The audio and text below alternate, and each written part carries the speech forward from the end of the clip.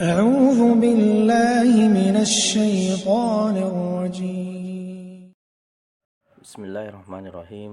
السلام عليكم ورحمة الله وبركاته.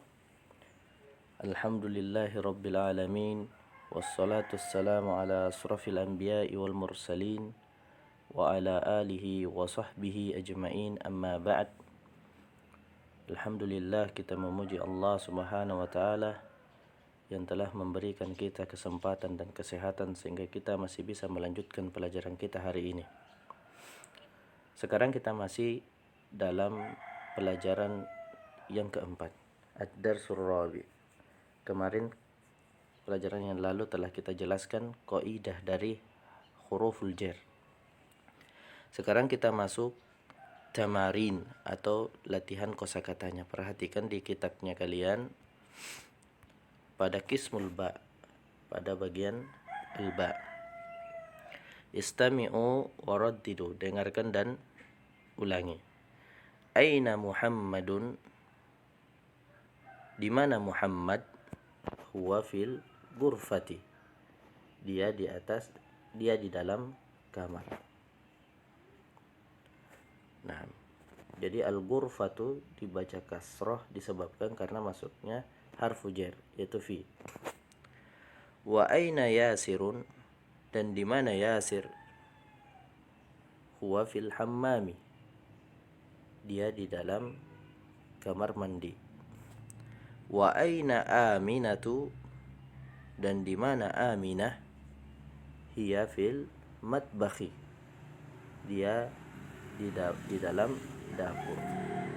Ainal kitabu, di mana buku itu? Huwa alal maktabi, dia di atas meja. Wa aina sa'atu, di mana jam itu? Hiya alas sariri, dia di atas tempat tidur. Nah, al-matbakhu artinya dapur. Sekarang tamarin, latihan. Tamrinul awal, latihan yang pertama. Ajib anil as'ilatil atiyati, jawablah pertanyaan-pertanyaan di bawah ini. Nah, pertanyaan-pertanyaan ini jawabannya ada pada nas di atas. Nah, kita cukup menerjemahkannya saja. Ainal kitabu, di mana buku itu? Nah, kalian bisa jawab dengan melihat nas yang ada di sini. Aina Muhammadu, di mana Muhammad? Naam. Ats-tsalits, yang ketiga. Aina as-sa'atu, di mana jam itu? Yang keempat. Aina Yasir, di mana Yasir? Aina Aminatu, di mana Aminah? Aminatu fil ghurfati, apakah Aminah ada di dalam kamar? Naam. Yang ketujuh, ayasirun fil matbakhi, apakah Yasir di dapur? Man fil ghurfah, siapa yang ada di dalam kamar? Wa man fil hammami, dan siapa yang ada di dalam kamar mandi? Yang ke-10, madza 'alal maktabi, apa yang ada di atas meja? Yang ke-11, madza 'alas sariri, apa yang ada di atas tempat tidur? Nah, jawabannya kalian bisa kerjakan di rumah masing-masing. Ats-tsani, latihan yang kedua. Iqra waktub ma'ad dabti awakhiril kalimah, bacalah dan tulislah dengan meletakkan harokat akhir setiap kata. Perhatikan ya. Sebelum dia dimasuki harfu jar, maka harokat awal satu kata itu adalah dhamma atau rofa. Jadi cara bacanya adalah al-madrasatu. Tidak boleh kita baca al-madrasata atau al-madrasati, karena harokat dasarnya awalnya suatu kata itu adalah rofa. Jadi pastilah dia dhamma terakhirnya, al-madrasatu. Nah, masuki huruf jar menjadilah fil madrasati, di dalam sekolah. Fil baiti, di dalam rumah. Al baitu, rumah itu. Al ghurfatu, kamar itu. Al hammamu, kamar mandi itu. Fil matbakhi, di dalam dapur itu. Al-maktabu, meja itu. Alal maktabi, di atas meja itu. Alal kursi, di atas kursi itu. As-sariru, tempat tidur itu. Alal kitabi, di atas buku itu. Fil masjid, di dalam masjid itu. Sekarang ikra waktub, bacalah dan tulislah. Ini juga kalian harus tulis di rumah masing-masing belajar. Nah, kita baca sama-sama. Istami'u waraddidu. At-talibu fil jami'ati. Pelajar itu di dalam kampus. Ar-rajulu fil masjid. Laki-laki itu di dalam masjid. Aina tajiru, di mana pedagang itu? Huwa fit dukkani, dia di dalam toko itu. Al-qalamu 'alal maktabi, pulpen itu di atas meja. Aina Zainabu? Hiya fil ghurfati, di mana Zainab? Dia di dalam kamar. Aina al-waraku? Di mana kertas itu? Huwa 'alal maktabi, dia di atas meja. Nah, yang ketujuh, ainal mudarrisu? Di mana guru itu? Huwa fil fasli, dia di dalam kelas.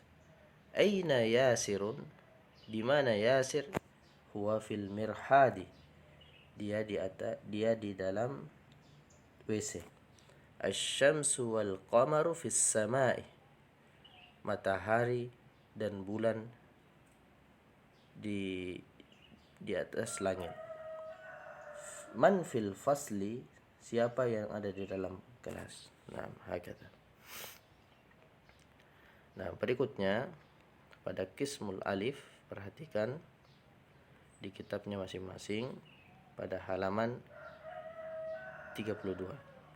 Nah, di sini ada deretan nama laki-laki ya. Muhammadun, Khalidun, Hamidun, Yasirun, Ammarun, Sa'idun, Aliyun, Abbasun.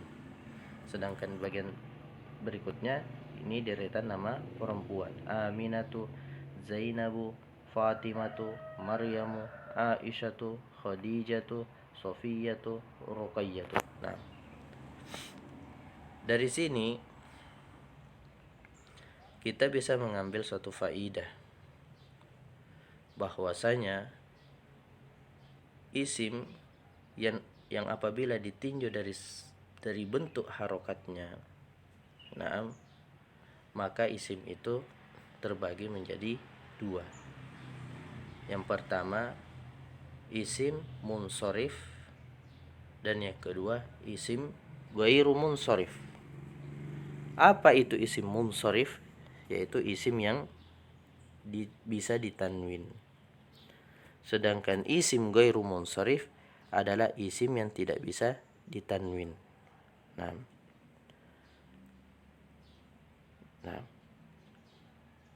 yang jadi pembahasan di sini adalah isim yang ghairu munsharif, isim yang tidak bisa ditanwin. Nah, jadi di sini kita akan memberikan contoh, menyebutkan beberapa contoh isim yang ghairu munsharif. Salah satunya adalah ini. Semua nama perempuan yang lebih dari 3 huruf. Jadi semua nama perempuan yang lebih dari 3 huruf itu dia tidak boleh tanwin. Seperti Zainabu, Aminatu, ini semua lebih dari 3 huruf. Ya. Pada kata Zainab ada 4 huruf.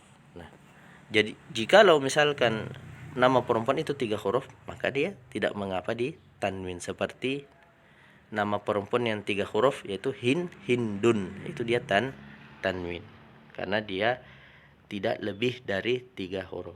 Nah, itu isim ghairu munsharif yang kita pelajari di sini salah satunya. Sebenarnya ada beberapa, tapi insya Allah nanti kita sebutkan pada pertemuan-pertemuan berikutnya. Karena yang dipelajari hari ini salah satunya adalah semua nama perempuan yang lebih dari 3 huruf. Nah, apa pengaruhnya dengan huruf jar? Ingat, ada kaitannya dengan harful jar, yaitu apabila huruf jar tersebut masuk pada isim ghairu munsharif, seperti masuk pada Aminah, maka isim ghairu munsharif itu tidak bisa dikhafat, dia tidak bisa dikasroh. Cuma dia mengalami perubahan harokat dari rofa menuju kepada nasab. Jadi dia cuma di fathah saja. Seperti contoh. Nah, misalkan dimasuki salah satu huruf jar, misalkan min ya, min aminatah. Tidak boleh kita katakan min aminati, tapi min aminatah. Fahimtum? Nah, min Muhammadin. Nah, dari Muhammad dia kasroh karena dia tanwin.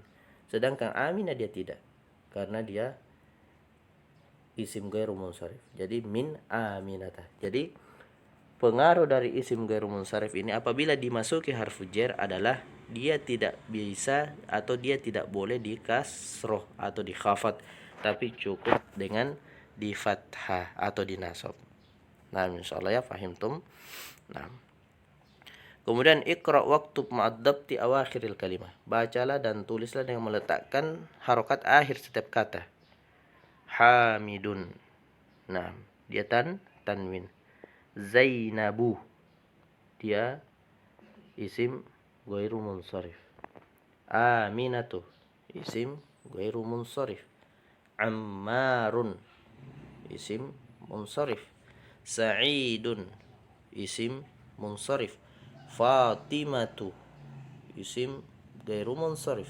Maryamu, isim ghairu munsharif. Aliyun, Khalidun, Abbasun, Aisyatu, Muhammadun, Sofiyatu, Khadijatu. Nah, hakada. Nah, inilah pembacaan isim ghairu munsharif. Jadi faedah yang kita bisa ambil di sini adalah isim apabila ditinjau dari segi bentuk harokat akhirnya, maka isim itu terbagi dua, yaitu isim munsharif, artinya isim yang bisa ditanwin, dan isim ghairu munsharif, yaitu isim yang tidak boleh ditanwin. Nah, dan salah satu contoh bentuk isim ghairu munsharif yang ada dalam pelajaran ini adalah semua nama perempuan yang lebih dari 3 huruf, seperti Aminatu, Zainabu, dan lainnya. Nah, hakada. Insyaallah nanti kita lanjutkan pada pertemuan berikutnya pada halaman 24 insyaallah di dalam kitab kalian. Nah, akhirul kalam, subhanakallahumma wa bihamdik, asyhadu an la ilaha illa anta, astaghfiruka wa atubu ilaik. Tsumma assalamu alaikum warahmatullahi wabarakatuh.